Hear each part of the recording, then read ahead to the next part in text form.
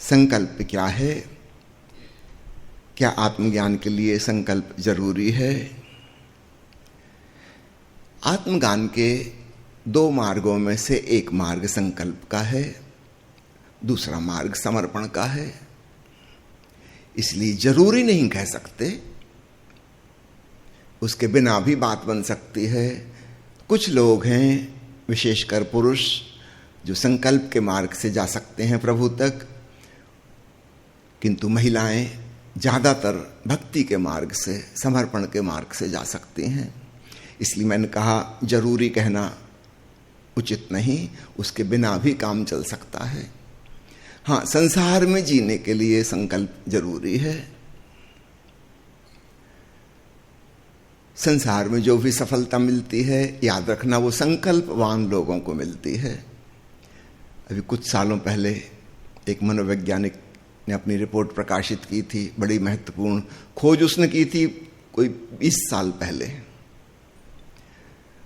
वो स्कूल में गया था और यह देखने के लिए कि कौन बच्चे संकल्पवान हैं, क्लास में सबको चॉकलेट दी गई थी और ये कहा गया था कि अभी टीचर और वो शोधकर्ता बाहर जा रहे हैं, 20 मिनट बाद लौटेंगे और तब तक आपको चॉकलेट नहीं खानी है। और सीसीटीवी लगे हैं सब तरफ, वो रिकॉर्डिंग हो रही है। जैसे ही वो बाहर निकले, कुछ बच्चों ने तो तुरंत ही चॉकलेट खा ली, कुछ लोग 2-4 मिनट रुके, कोई 10 मिनट रुका, कोई 15 मिनट रुका। कुछ बच्चे संकल्पवान थे, वो रुके। जब शिक्षक और वो रिसर्च करने वाला व्यक्ति अंदर आए और उन्होंने कहा कि अब आप चॉकलेट खा सकते हैं, तभी उन लोगों ने चॉकलेट खाई। तो उसकी लिस्ट बना ली गई थी, कितने बच्चे कितनी देर रुक पाए। संकल्प की परीक्षा ले रहे थे कि एक बार जो निर्णय लिया है उस पर अडिग रह सकते हो कि नहीं। फिर ये बात आई गई हो गई। उस समय ये रिपोर्ट प्रकाशित हुई थी, लेकिन इसको कोई खास महत्व नहीं दिया गया, इसमें ऐसी कोई खास निष्कर्ष नहीं निकला था। 20 साल बाद उस मनोवैज्ञानिक को स्मरण आया, ये पहले सोचा नहीं था कि ऐसा करेंगे, पर 20 साल बाद उसे अचानक एक दिन सूझ पैदा हुई, अब पता लगाऊं उस क्लास के बच्चे कौन, कहाँ हैं, क्या कर रहे हैं, कितनी पढ़ाई लिखाई की, कितनी सफलता मिली, उनका पारिवारिक जीवन कैसा है। क्योंकि उसकी बेटी भी उसी क्लास में पढ़ती थी, तो उसने अपनी बेटी से कहा कि तुम ट्रेस आउट कर सकती हो क्या। तो आजकल इंटरनेट के युग में, व्हाट्सएप और फेसबुक के युग में ट्रेस आउट करना बहुत आसान हो। उसकी बेटी ने कहा जरूर। उसने 2-3 दिन में उन सारे स्टूडेंट्स की खोज खबर ले ली, कौन कहाँ हैं। उनको एक फॉर्म भेजा गया कि आप भर के भेजिए। उसमें मनोवैज्ञानिक अध्ययन के लिए जो पॉइंट्स थे, कितनी पढ़ाई की, कौन सी नौकरी कर रहे हैं, परिवार कैसा है, क्या आप सुखी हैं, शांत हैं, संतुष्ट हैं, वो सारी रिपोर्टें बुलाई गईं। और बड़ी हैरानी का निष्कर्ष निकला कि क्लास में जिनको इंटेलिजेंट समझा जा रहा था, मार्क्स की परसेंटेज के आधार पर, उससे जीवन का सुख और संतोष तय नहीं होता, ना ही सफलता तय होती। जो लोग डिटर्मिनेशन के पक्के थे, जो अपने निर्णय से नहीं हिले थे, वो सारे के सारे बच्चे अपनी जिंदगी में सफल हैं और संतुष्ट हैं। ये बड़ा आश्चर्यजनक परिणाम निकला, ये नहीं सोचा गया था। हमेशा समझा जाता था कि इंटेलिजेंस पर्याप्त है एक सफल, सुखी, शांत जीवन के लिए। वो बात बिल्कुल गलत साबित हो गई। जो बहुत बुद्धिमान थे, याद रखना, अक्सर बहुत बुद्धिमान व्यक्ति संकल्पवान नहीं होता। बुद्धि में विपरीत विचार मौजूद होते हैं, कोई इस तरफ खींच रहा है, कोई उस तरफ खींच रहा है, वो अडिग नहीं रह सकता।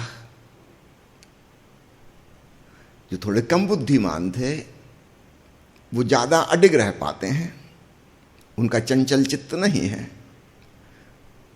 कंट्राडिक्टरी थॉट्स उनके भीतर नहीं है।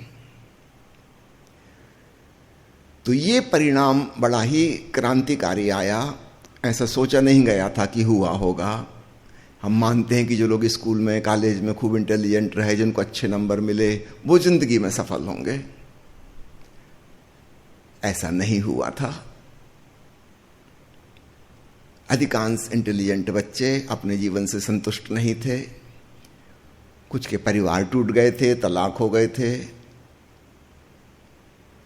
जो संकल्पवान थे वो जो भी नौकरी या व्यवसाय कर रहे थे उसमें सफल थे। उनका परिवार ज्यादा संतुष्ट था, वो ज्यादा प्रसन्न जीवन जी रहे थे। तो इस बात को समझना, संसार में भी संकल्प की वजह से ही हम सफल और संतुष्ट हो पाते हैं। आप दुनिया के बड़े बड़े प्रसिद्ध लोगों के, अलग अलग फील्ड के लोगों का आप एक हिसाब किताब लगाइए, चाहे वो बड़े वैज्ञानिक हों, चाहे वो बड़े राजनेता हों, कि अभिनेता हों, कि खिलाड़ी हों, कि संगीतकार हों, कि चित्रकार हों, कि बड़े व्यवसायी बहुत अमीर हो गए। आप अलग अलग आयामों में जो लोग बहुत सफल हुए हैं, आप उनका हिसाब किताब लगाइए। आप पाएंगे स्कूल कॉलेज में ये सफल नहीं थे, बहुत साधारण थे। अधिकांश की पढ़ाई लिखाई बीच में ही छूट गई थी। ये कितनी हैरानी का तथ्य, इस पर कोई गौर नहीं करता। माता पिता अपने बच्चों के पीछे पड़े रहते हैं, पढ़ो पढ़ो पढ़ो। आपको पता नहीं आप उसके मस्तिष्क को डल कर रहे हैं। स्मृतियों से भर भर के, जानकारियों से भर भर के उसका दिमाग कुंद हो जाएगा, डलनेस आ जाएगी। वो जो शार्पनेस थी वो खत्म हो जाएगी, संकल्प टूट जाएगा।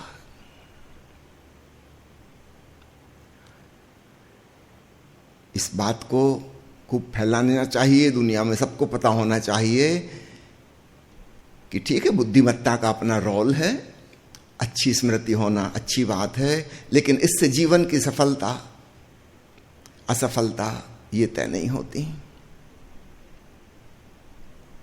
तुम जीवन में सुखपूर्वक रह पाओगे कि नहीं रह पाओगे, ये वाली बात तुम्हारे संकल्पवान होने से होती है।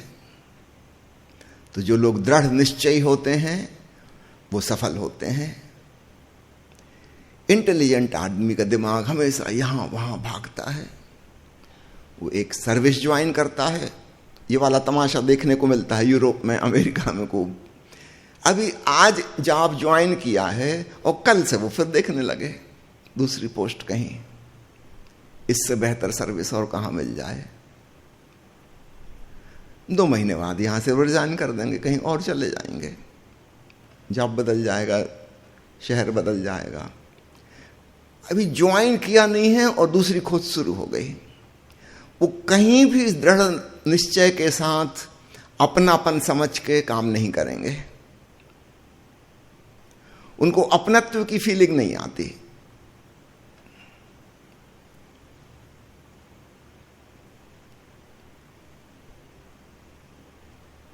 और सफलता मिलती है जहां हम अपनेपन के भाव से कुछ करते हैं।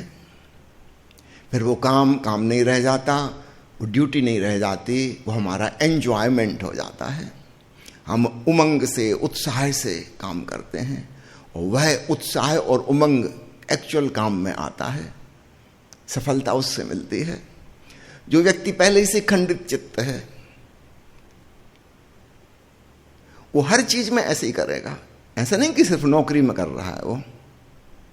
उसकी शादी होगी, वो 2 दिन बाद वो सोचने लगेगा कि काश फलानी लड़की सोई होती, कहां फंस गए मुसीबत में।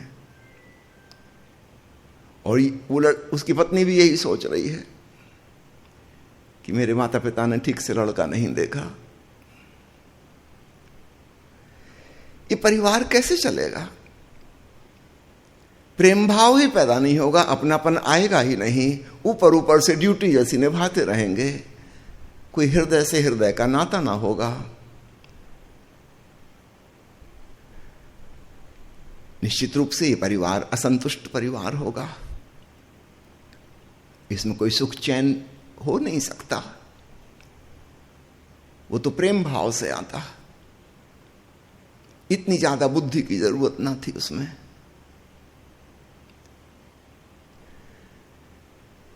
तो संक्षेप में आपसे फिर कह दूं, संसार में सफलता पाने के लिए तो संकल्प शक्ति, विल पावर बहुत महत्वपूर्ण है। इंटेलिजेंस की कीमत है लेकिन नंबर 2 पर है, विल पावर नंबर 1 पर है। इंटेलिजेंस इसके सपोर्ट में हो तो उसका सदुपयोग हो जाएगा। इस बात को खूब अच्छे से ग्रहण करना। जहां तक अध्यात्म की बात आपने पूछी है, वहां संकल्प होना उपयोगी हो सकता है।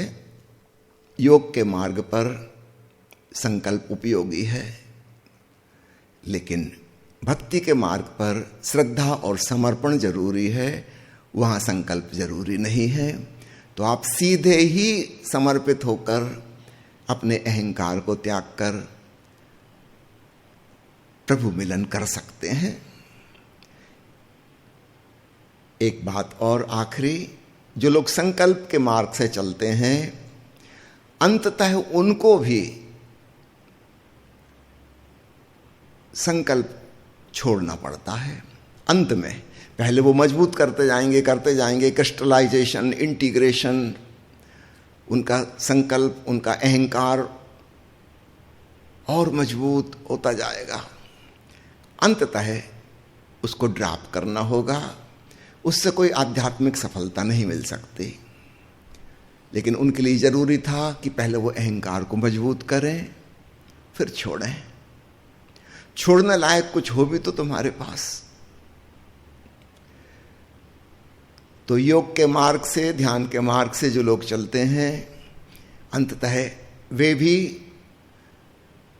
तंत्र और भक्ति में डूब जाते हैं। उन्होंने शॉर्टकट नहीं अपनाया, ये तो पहले कदम पे किया जा सकता था। चलो, उन्होंने लंबा रास्ता अख्तियार किया, उनके लिए वही जरूरी था। इस आखिरी बात को भी जरूर स्मरण रखिएगा। आखिरी सवाल है, आलस्य कैसे दूर करें? भाई, आपसे कुछ ना होगा, आप रहने दो। अगर आप कुछ कर सकते तो आलसी होते ही नहीं। अब आप पूछ रहे हैं आलस्य कैसे दूर करें, मैं कुछ भी बताऊंगा, आप तुरंत यही कहोगे हमसे ये ना होगा, हम तो आलसी हैं। ऐसा करो, प्रकृति ने जैसा तुम्हें बनाया है उस होने का मजा लो, उसी ढंग से अपने जीवन को तुम ढाल लो। स्वयं से लड़ो मत। आलसी हो तो आलसी हो, इसमें तुम्हारा कोई दोष नहीं है, परमात्मा ने तुमको ऐसा ही चाहा था। एक गुलाब का फूल ऐसा है, चांदनी का फूल ऐसा है, रात रानी का फूल ऐसा है। इसमें ना किसी की क्रेडिट है, ना किसी को ब्लेम है। प्रकृति ने जिसको जैसा बनाया वो वैसे हैं। घोड़ा घोड़ा है, गधा गधा है, कर्मठ आदमी कर्मठ आदमी है। जिंदगी भर गधे की तरह भजन ढोता रहेगा, ढोने दो। तुम आलसी होने का मजा लो।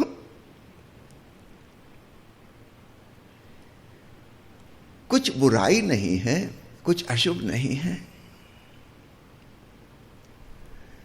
अंतर्द्वंद और आत्म संघर्ष में मत पड़ो। स्टार्ट एंजॉयिंग योरसेल्फ, और आप पाएंगे अद्भुत चमत्कार हो गया। स्वयं के प्रति एक स्वीकार भाव, deep acceptance of yourself as you are, और आप पाओगे ऐसा करने से भी प्रभु मिलन हो गया। महागीता में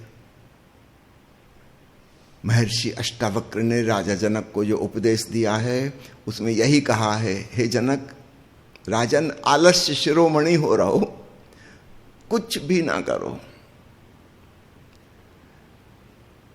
जापान के जैन फकीर कहते हैं ना, sitting silently doing nothing. The spring comes and the grass grows by itself. यही तो कह रहे हैं कि महा आलसी हो जाओ, सिर्फ शरीर से ही नहीं मन से भी। विचार भी क्यों कर रहा है, इतनी मेहनत भी ना करो, छोड़ो, न विचारों के चक्कर में पड़ो, न भावनाओं के। No doing, no thinking, no feeling, just pure being, और बात बन जाएगी।